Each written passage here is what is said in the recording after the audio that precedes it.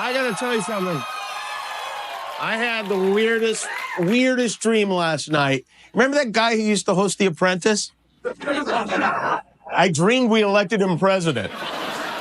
Wow, what the hell happened? The hats worked. Those stupid hats. Those hats that looked like they were printed at a kiosk in the middle of a Westfield mall. Turns out they were magic, like Frosty the Snowman. I watched news coverage all night last night, and it was especially interesting to watch the change in tone as the night progressed. They started out upbeat, but as the evening went on and the results came in, every anchor looked like a child slowly realizing that no one was showing up to his birthday party. NBC News can now project that Donald Trump has won the state of Wisconsin, which means he is the winner of this race and will return to the White House as this country's 47th president. And for so many of you watching right now, that news is, to say the least, a lot to digest. I understand that personally. After he lost 4 years ago, he refused to accept the outcome and incited a violent insurrection on our nation's capital. He's campaigned while facing criminal indictments related to his efforts to overturn the 2020 results, and he's run as a convicted felon. During this campaign, he has also promised to essentially be an authoritarian leader, to use power like no American president ever has before, and wield that power to go after his political enemies. This is a man who's also bragged about overturning Roe v. Wade and stripping away women's bodily autonomy. He's promised to conduct mass deportations to crack down on the rights of millions of Americans. Donald Trump is an anti-democratic force, but he's just been elected democratically in our country. And here's what might be the hardest part to hear, but we have to talk about and we have to say, and it is a hard part to digest for all of us. But we have to be honest about what we saw in this election.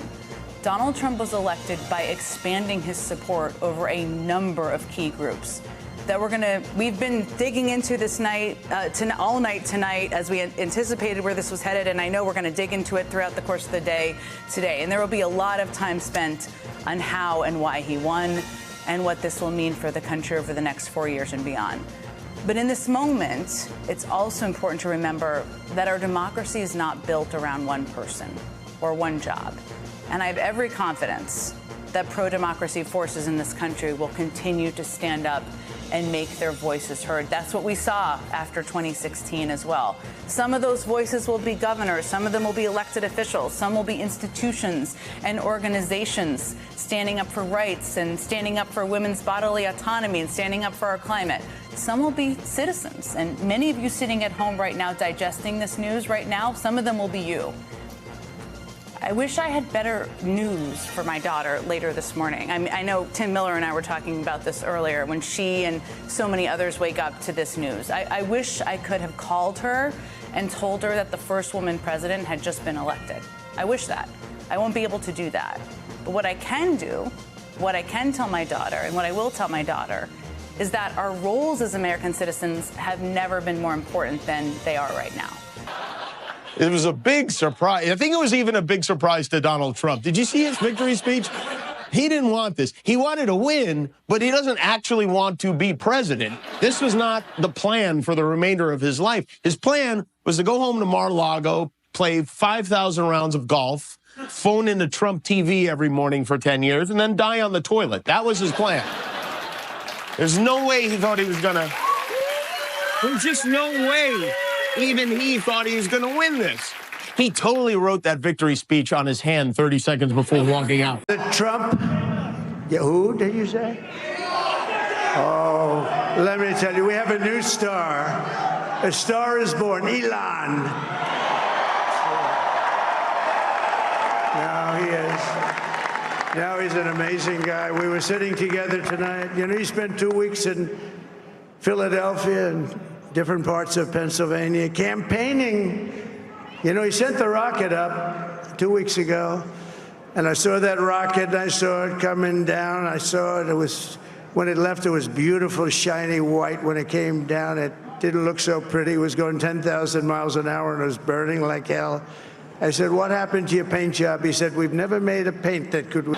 A lot of voters woke up this morning happy that Donald Trump won the election. The other half of them, especially here in California, were very upset. People were shocked. despondent. Some were even crying. There's a lot of sorrow in the air today. And it's natural. You know, everyone goes through this sort of thing at some point, and we're not so different. So I thought it might be helpful to take you through what they call the 5 stages of grief. Now, stage 1 is, of course, denial, as in, no, the host of Celebrity Apprentice is not our president. He can't possibly be. CNN must have the map wrong. They must have missed a county or something. Wolf Blitzer, please tell us you missed a county. But, of course, Wolf didn't miss a county. He's Wolf. He doesn't miss counties. And then when denial passes, we move to stage 2, which is anger. Who do I blame for this? Bernie supporters? The FBI? Gary Johnson? Jill Stein? How is it possible that half the country was too busy to even vote? They all managed to play Pokemon Go, and then you go on Facebook and you curse at the uncle you used to love when you were a kid. But when that's done, brings us to the next stage. Stage 3, bargaining. Maybe this needed to happen to wake everyone up. Maybe this is a good thing. Maybe he'll only build the wall waist high to keep short people out. Search for a ray of light, that kind of thing. But then depression sets in. Stage 4. This is where you get a spoon and you just start eating peanut butter right out of the jar. You eat a whole box of Fruit Loops in bed and you just wallow in it until you reach stage 5, acceptance. No matter how you feel about it, Donald Trump is the president of the United States.